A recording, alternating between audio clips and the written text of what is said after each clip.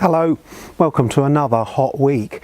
Well, the heat goes on, the watering goes on, but the flowers do keep coming on the plants because it's a superb year to encourage growth as long as you keep the plants well watered. Now, there is the chance that many parts of the country will start to experience hosepipe bans, so make sure that you don't use hose pipes but just use watering cans filled from the tap if necessary, preferably from your water butt.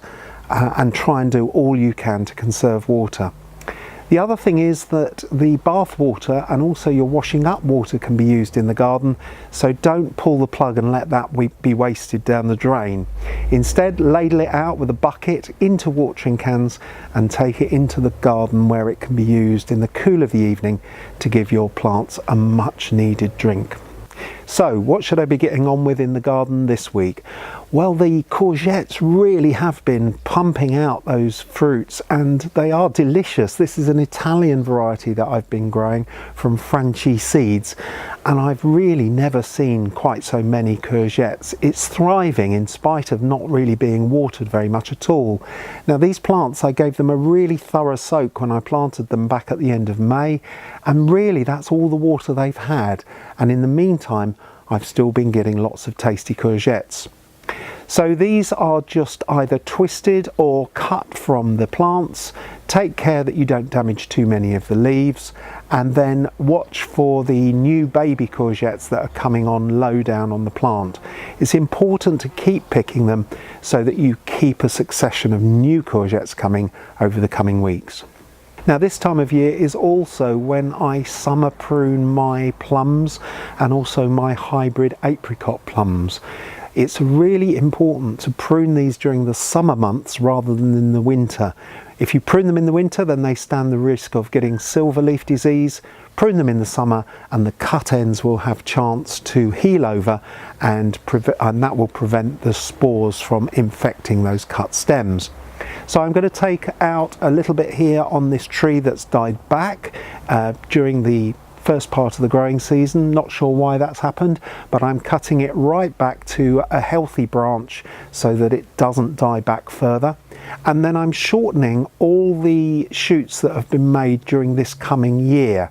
Now, these are anything up to 30 to 40 centimetres long, over a foot long in fact, and those are cut back down to 3 or 4 buds from where the growth started. That will limit the size of the plant and encourage it to produce more fruit next year.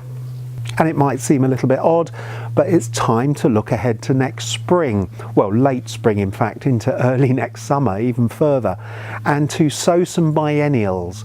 Now, I love biennials. I grow lots of foxgloves, but also sweet williams and Hesperis matronalis, or sweet rocket.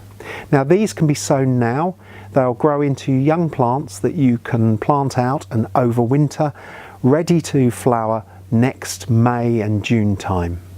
So I'm simply filling pots with a seed sowing compost, levelling them off, striking them off, not firming them, and then tapping them just to consolidate the compost. Then I'm sowing a pinch of seed on the surface of that consolidated compost, covering with a little sieved compost, just so that the seeds are under the surface, watering them well. Then I'm putting them into a cold greenhouse or outdoors in a sheltered spot, somewhere where they're not going to be in full sun during the heat of the day. Keep them well watered and they should germinate in around a week's time. As always, there's my roundup of what I'm going to be getting on with this week. If you need any more reminders of what to be getting on with in your garden, then look back over the last few weeks of these videos here on my YouTube channel to have reminders of other summer jobs to be getting on with. In the meantime, keep that watering going.